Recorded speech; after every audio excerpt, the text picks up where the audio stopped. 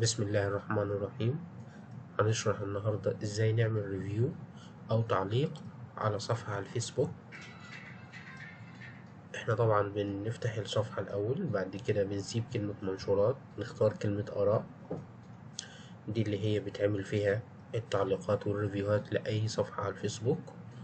طبعا بنختار هنا كلمة نعم، دي اول حاجة بنختارها عشان نقدر نحط الريفيو بتاعنا او التعليق.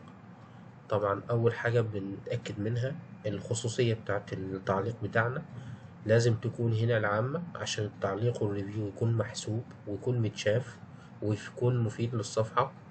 طبعا لو هي مش مكتوبة العامة بنضغط على السهم ده ونختار هنا الخصوصية اللي هتكون معانا.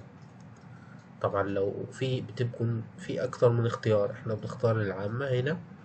تمام، لو هي مكتوبة أي حاجة تاني بنغيرها لكلمة العامة. بعد كده بنيجي نحط الريفيو اللي احنا عايزين نحطه ونكتب ونختار كلمة نشر.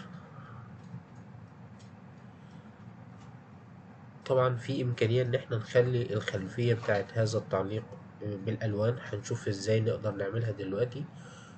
التعليق بتاعنا اتحسب هنا، حتى عدد الآراء زاد أو الريفيوهات. نقدر هنا نختار 3 نقط، نختار تعديل. هنا في الخلفية الملونة بتاعة الكومنت، هنا طبعا التعليق ظهر بشكل أفضل. بعد ما اخترنا الخلفية ندي حفظ، كده الريفيو بتاعنا أو التعليق ظهر بشكل جميل، وكده يبقى عملنا ريفيو للصفحة بتاعتنا. والسلام عليكم.